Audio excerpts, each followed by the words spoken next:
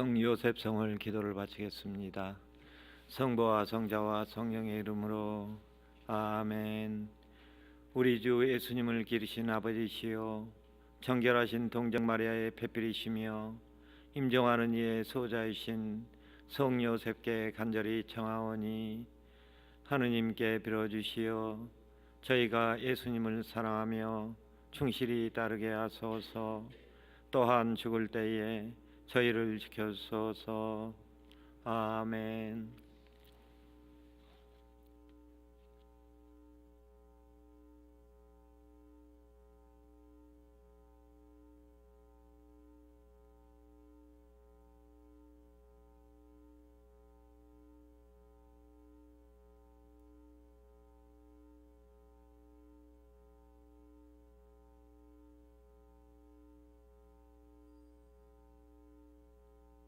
오늘은 사순 제4주간 화요일입니다.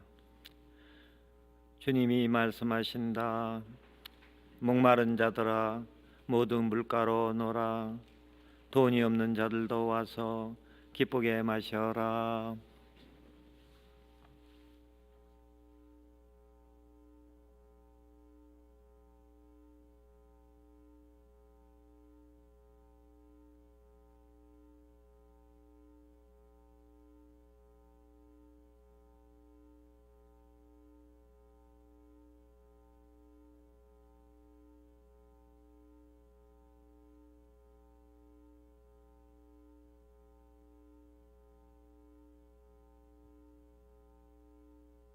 성부와 성자와 성령의 이름으로 아멘. 주님께서 여러분과 함께 또한 사제의 영과 함께 주님께 감사드리는 오선우 소피아와 그 가정, 그리고 김문주 말가리따와 그 가정, 이 피데스 이 안드레아 황베아따, 우리보다 먼저 주님 품으로 돌아가신 김아네스 김바오로 정데레사 임영훈 영혼을 기억하며 미사 봉헌하겠습니다.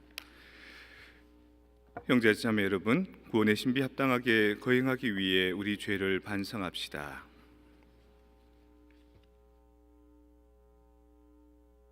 진심으로 뉘우치는 사람을 용서하러 오신 주님, 자비를 베푸소서. 주님 자비를 베푸소서. 죄인을 부르러 오신 그리스도님, 자비를 베푸소서. 그리스도님 자비를 베푸소서. 성부 오른편에 중재자로 계신 주님, 자비를 베푸소서. 주님 자비를 베푸소서. 전능하신 하느님, 저희에게 자비를 베푸시어 죄를 용서하시고 영원한 생명으로 이끌어 주소서. 아멘. 기도합시다.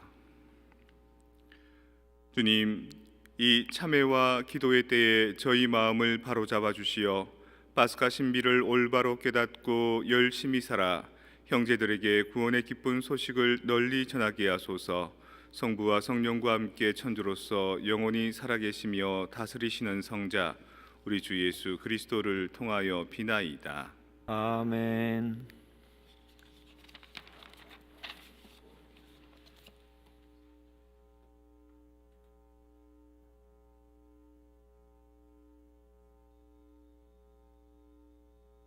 에제키엘 예언서의 말씀입니다. 그 무렵 천사가 나를 데리고 주님의 집 어기로 돌아갔다. 이 주님의 집 정면은 동쪽으로 나 있었는데 주님의 집 문지방 밑에서 물이 솟아 동쪽으로 흐르고 있었다. 그 물은 주님의 집 오른쪽 밑에서 제단 남쪽으로 흘러내려갔다. 그는 또 나를 데리고 북쪽 대문으로 나가서 밖을 돌아 동쪽 대문 밖으로 데려갔다. 거기에서 보니 물이 오른쪽에서 나오고 있었다. 그 사람이 동쪽으로 나가는데 그의 손에는 줄자가 들려 있었다. 그가 천한 말을 재고서는 나에게 물을 건너게 하였는데 물이 발목까지 찼다. 그가 또 천한 말을 재고서는 물을 건너게 하였는데 물이 무릎까지 찼다. 그가 또 천한 말을 재었는데 그곳은 건널 수 없는 강이 되어 있었다. 물이 불어서 헤엄치기 전에는 건널 수 없었다. 그는 나에게 사람의 아들아 잘 보았느냐 하고서는 나를 데리고 강가로 돌아갔다. 그가 나를 데리고 돌아갈 때 보니 강가 이쪽 저쪽으로 수많은 나무가 있었다. 그가 나에게 말하였다. 이 물은 동쪽 지역으로 나가 아라바로 내려가서 바다로 들어간다.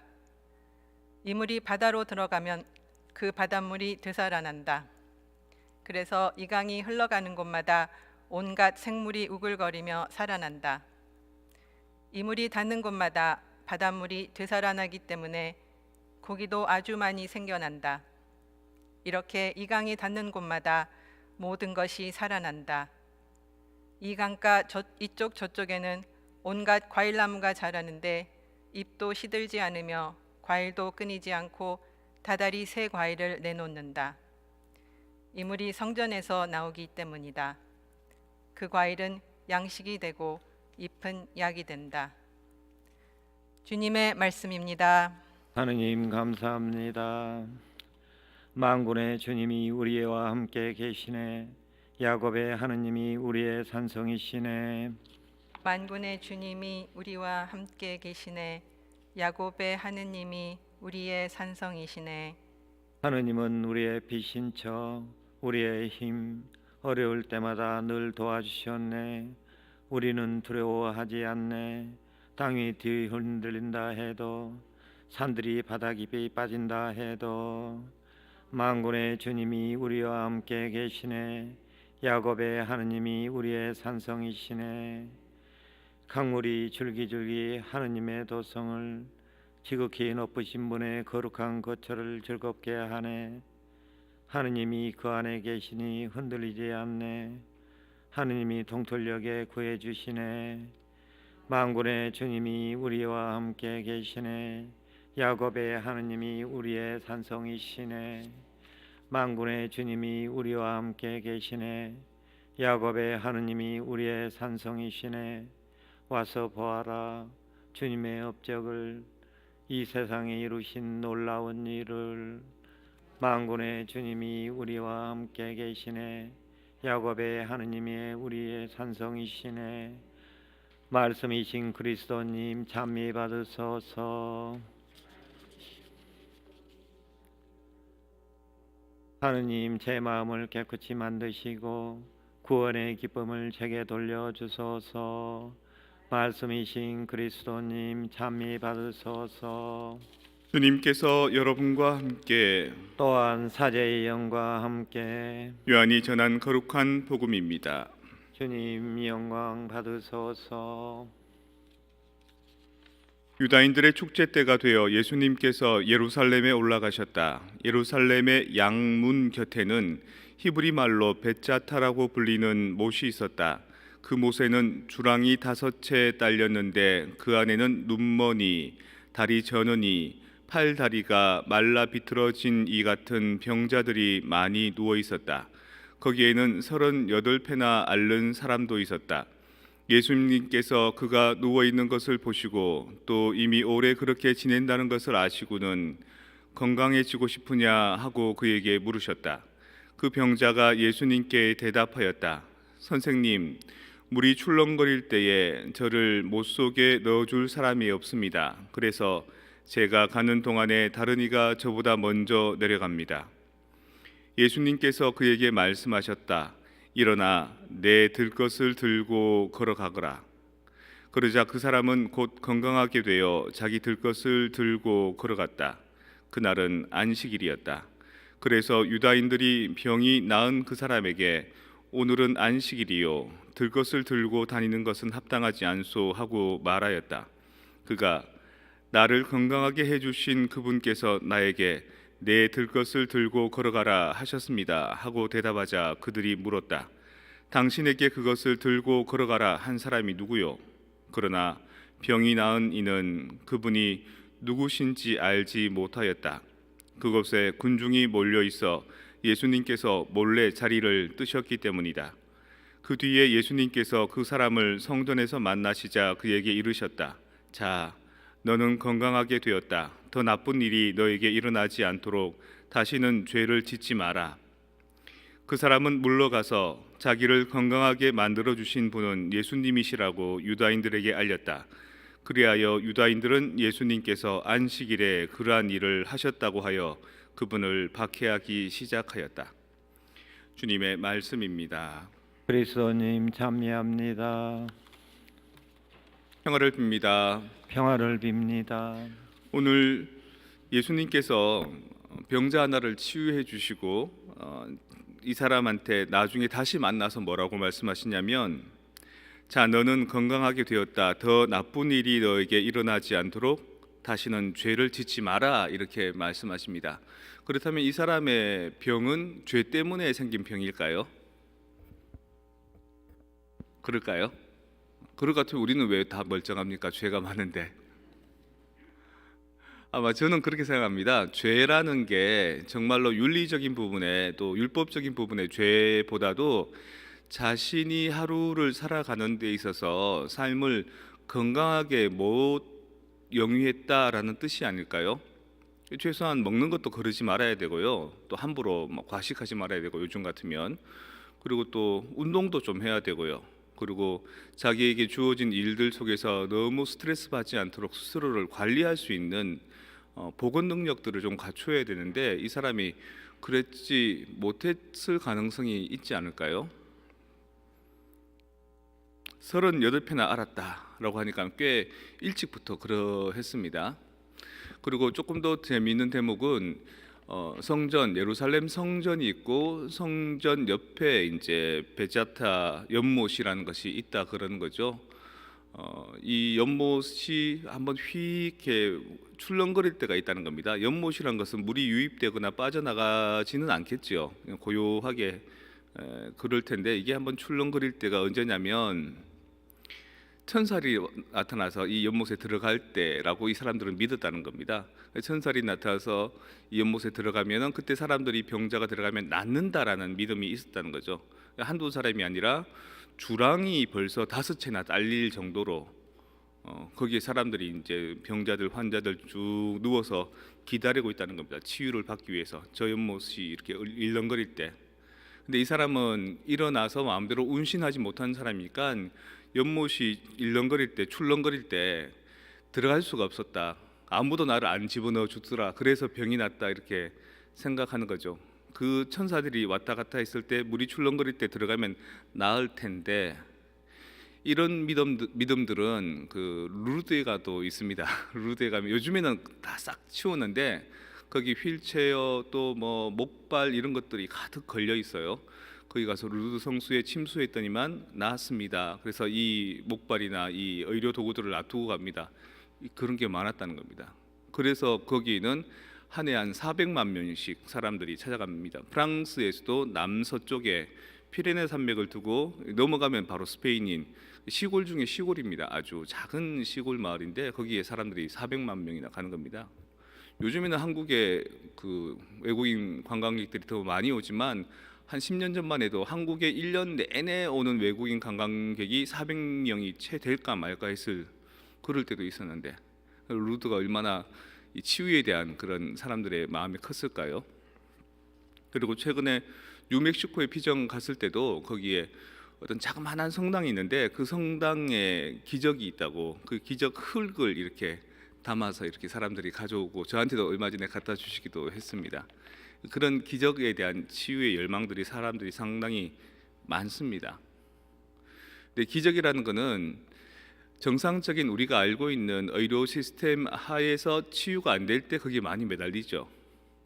그래서 민간 의학이라 그래서 이거 먹으면 낫는다 그러더라, 여기 가면 뭐 낫는다 그러더라, 이 사람은 병원에서도 못 고친 거 고친다 그러더라, 뭐 이런 식으로 여러 군데를 많이 찾아다닙니다.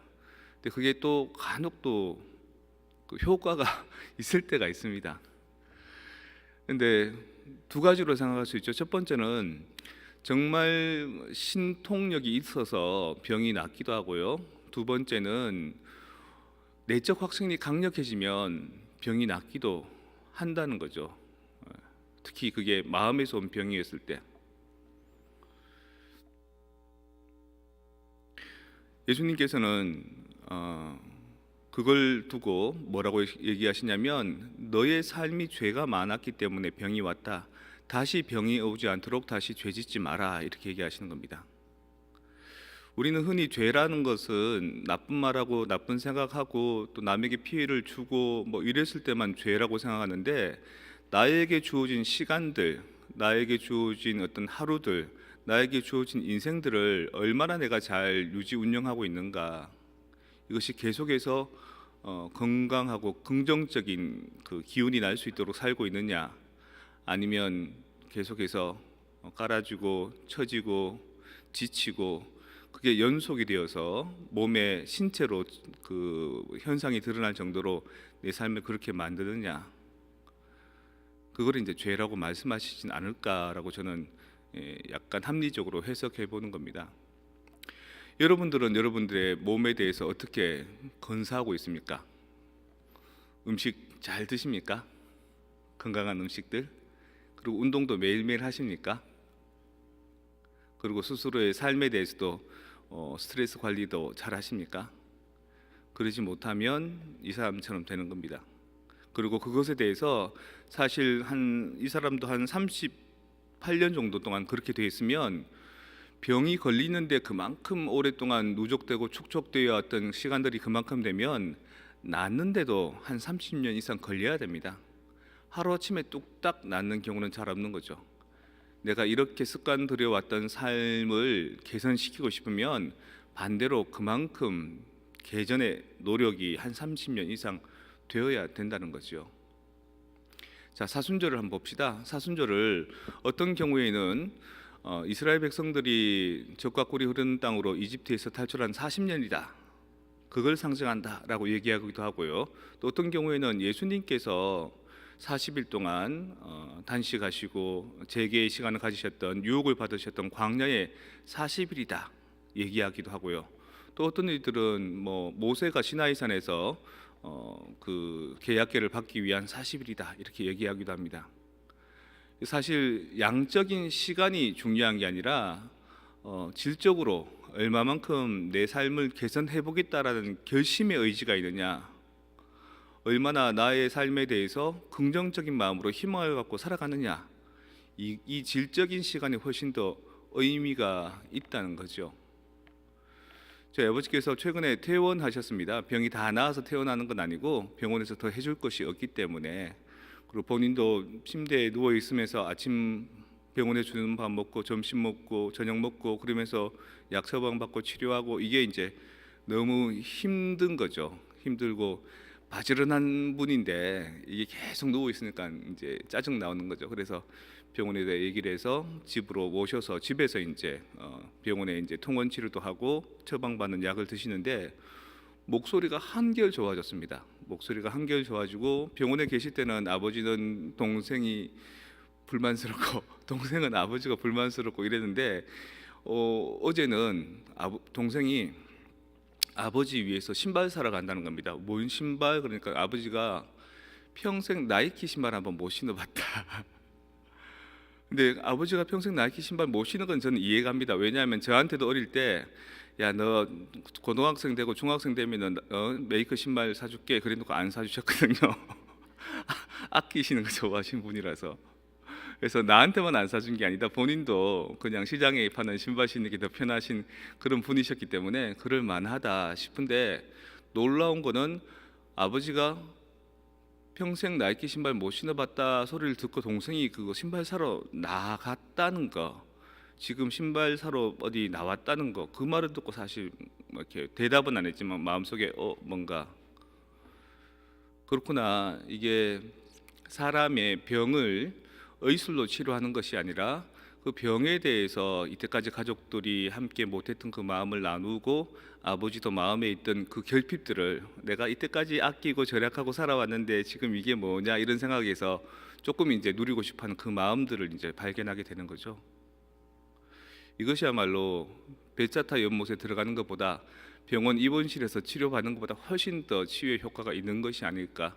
그리고 신발을 사다 주는 그 딸, 그 신발을 신고 좋아서 그 다음 날 병원에 갈 때 그 신발 신고 가는 아버지, 그 모습을 이렇게 생각하면 이게 바로 치유의 과정이구나.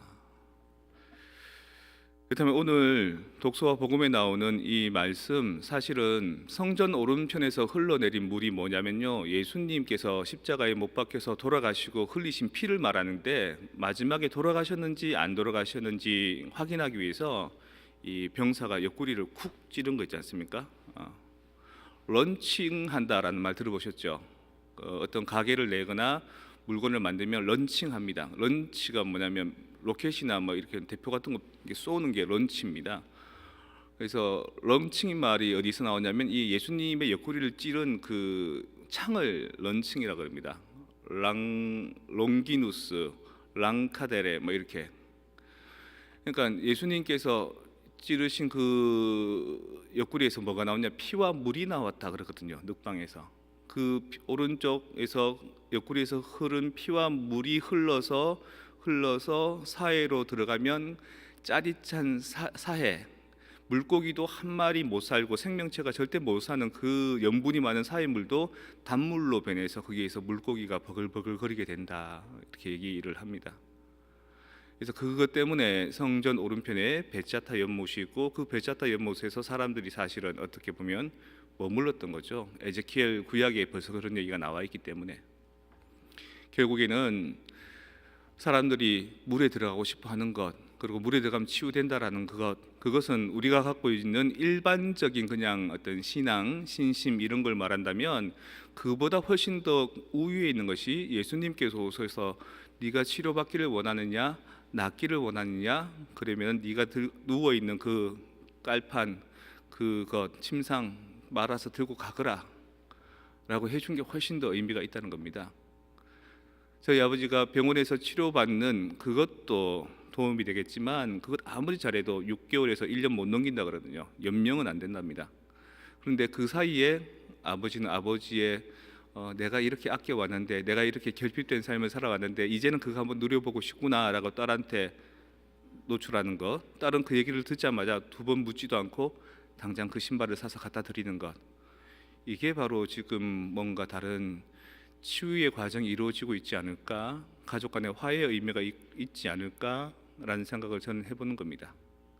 그래서 우리 신앙에서는 1차원적인 접근보다 좀 더 다각적인 접근이 필요합니다. 다각적인 해석이 필요하고요. 그래서 여러분들도 입체적으로 내 삶이 지금 어떻게 진행되고 있는지, 나는 지금 병들지 않았는지, 그 병이나 그 상처와 아픔은 어디에서부터 왔는지, 내가 이 땅에서 열심히 살려고 막 이렇게 애썼던 그것이 나의 병을 만들지 않았는지. 우리 아버지도 적극적으로 좀 병원 치료 받으시고 체크하셨으면 여기까지 나오셨을 텐데, 그러니까 먹고 사는 것, 아끼고 절약하는 것, 전후 세대의 그 베이비 부모들이 가졌던 그것 똑같지 않겠습니까? 그 세대들은 다 그랬던 그것들을 이제 자식 세대가 이제 그만하시고 좀 편하게 좀 누리십시오라는 그 마음, 짜증스럽고 아유 아버지는 항상 그런 식이지, 이게 아니라 그래요 아버지 이해합니다, 그렇게 했기 때문에 우리가 잘 살 수 있지 않겠습니까? 그 대신 아버지 원하는 바를 제가 작지만 요거 미약하지만 해드리겠습니다. 이게 예수님께서 몸이 낫고 싶으냐, 그리고 다시는 옛날 삶으로 돌아가지 마라, 옛날 삶으로 죄짓지 마라 라고 해준 것. 육신은 날 때가 있으면 갈 때가 있죠. 하지만 육신의 그 껍데기를 치료하기 위한 것보다 그 인간의 역사 안에 살았던 그 출생부터 지금까지의 과정들을 쭉 훑어보면서 묶여있던 것들은 풀어주고 맺힌 것들은 어루만져주면서 화해의 무드를 가지는 것, 저희 가정을 통해서 여러분들에게도 그런 사순절을 통한 부활의 삶의 그런 기적이 있기를 기도하겠습니다.